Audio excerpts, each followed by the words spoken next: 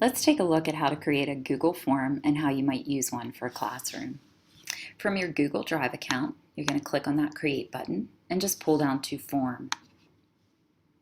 When the form loads, you automatically have to choose a title and a theme, so there's lots of different options. And then just click OK. Notice that that theme does not show up from the inside of the form, but I can click up here on View Live Form, and it'll show me what it's going to look like from the outside.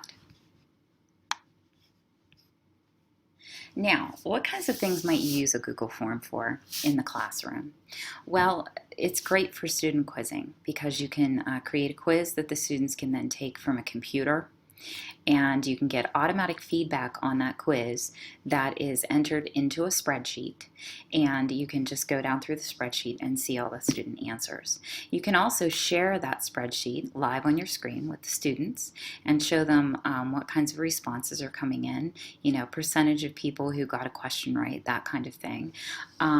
You could also set the form up so that they can choose to go in and see the responses themselves. So lots of different options there for in-classroom use. Google Forms are also a great way to create a survey. So if you needed to survey parents or if administrators need to survey staff, a very easy way to set that up. So the first thing you want to remember in a Google Form is that you can add collaborators. So from my File button, I can add collaborators at the top here, or I can email the collaborators down here. But just keep in mind that just like a Google Doc, you can have multiple people working in a Google Form at the same time. So let's take a look at the form itself. First, we want to give it a title, and we're just going to call it Sample Form. I could also add a description for the form if I wanted to.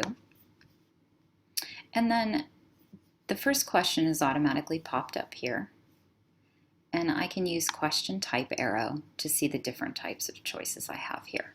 So the first three types of questions we're going to talk about are all questions that have data validation possibilities. So the first is text. Every time I have a Google form that I create for students, the first thing I ask them is for them to enter their name. So I can put help text here. Please enter your first and last name. Some people do it so that the first question is last name and the second question is first name, and that way they can go in and put that spreadsheet into alphabetical order when it's done. So that's totally an option for you. Now notice down here for a text question, you have data validation options. So, maybe you have a text question that requires a number answer. So you have ways that you can limit the choices of what number they put in. You can say it has to be greater than a certain number, less than, between, lots of options there. You also have the option to set a validation of text.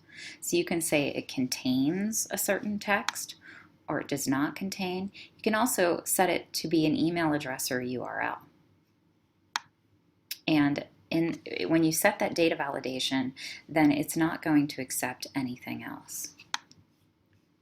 You also have the option with every question to make it a required question. I obviously want my students to enter their name, so I'm going to make that a required question and hit done. Now let's look at how a paragraph text question is a little bit different. Obviously you have more room for your answer, and the data validation field is also different. So in this case, I can set my text to say that my students have to have a minimum amount of characters in order to submit that question. I can also send that to maximum amount if I'd like. Or for regular expression, I can put in something that it must contain.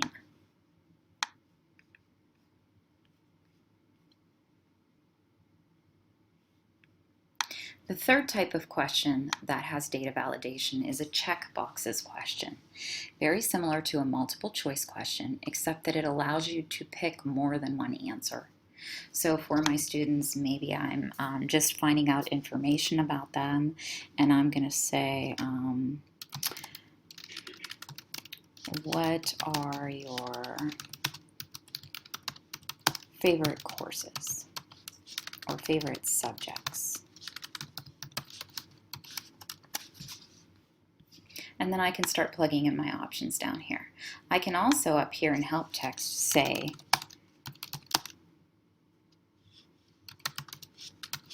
you can select more than one.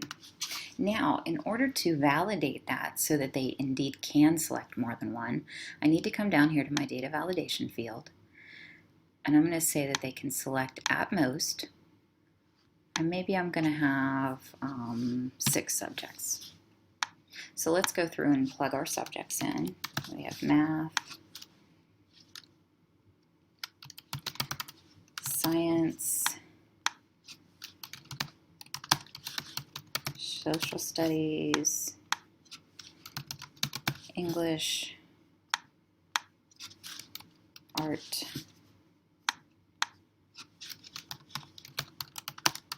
and physical education. Okay, so I'm just throwing some random things in there. Notice anytime I want to add another option, I just click to add it. If I decide that I want to get rid of something, there's little X's on the side here, and I can just click to get rid of something just as easily. I can also delete the entire question up here, or I can copy the question. So if I have a next question that's going to be very similar to this one, I can just copy and then change a couple words. So I'm going to make this a required question and hit done. So those were the 3 types that have data validation fields. The other ones are not as complex, I guess you could say. So you also have the option to choose from a list. Maybe I want to ask students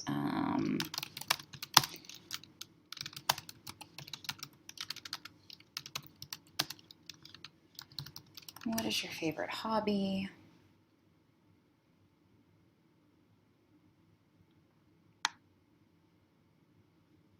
And I'm on choose from a list.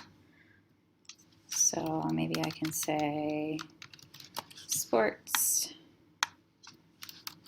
reading, writing, video games, theater, and music. So notice now this question looks a lot different. If I view this live form from the outside, I can go down and see that I now have a pull down list for that question. You also notice the red asterisks in the corner of the questions. That just means that those are required questions. So other types of questions that you might use, here's a scale.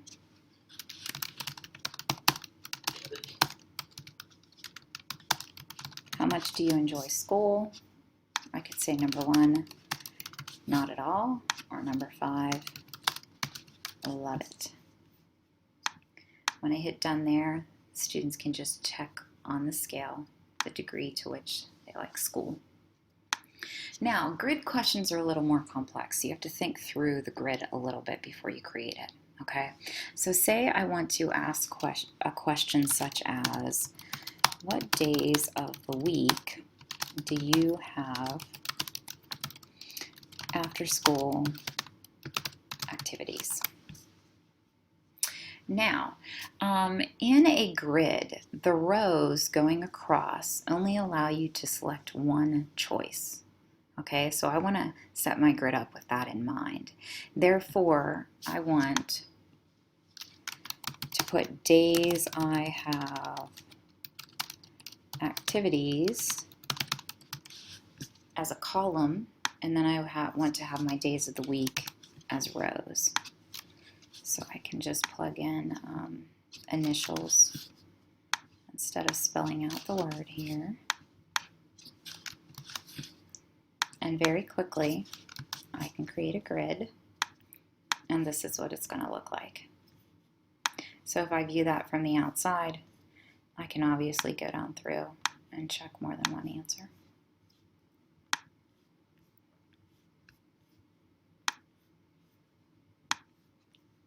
Adding in another question, I can also add in date and time questions. So for a date question, I might say,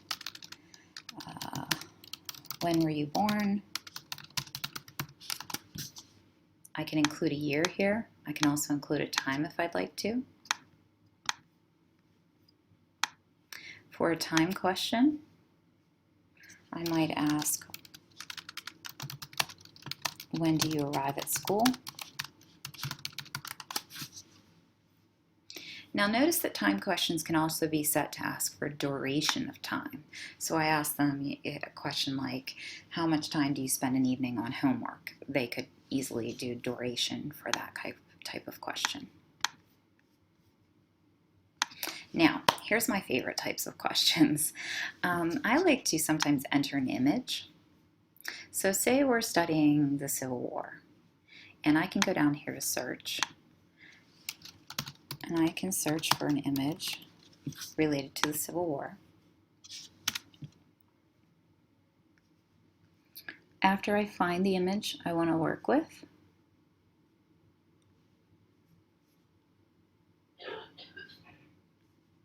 I just click on it and hit select. Now, that image is automatically going to get loaded into my Google form. There it is. I can click and enlarge or reduce the size of that image. I can also center it. I can add in a title.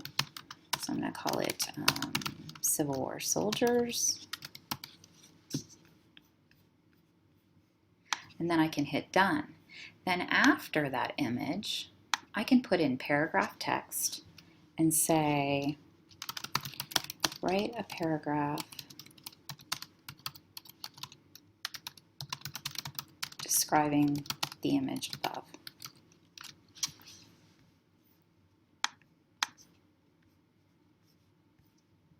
I can also do this with a video. So if I wanted to go out and grab a video of Civil War, it's going to take me to YouTube.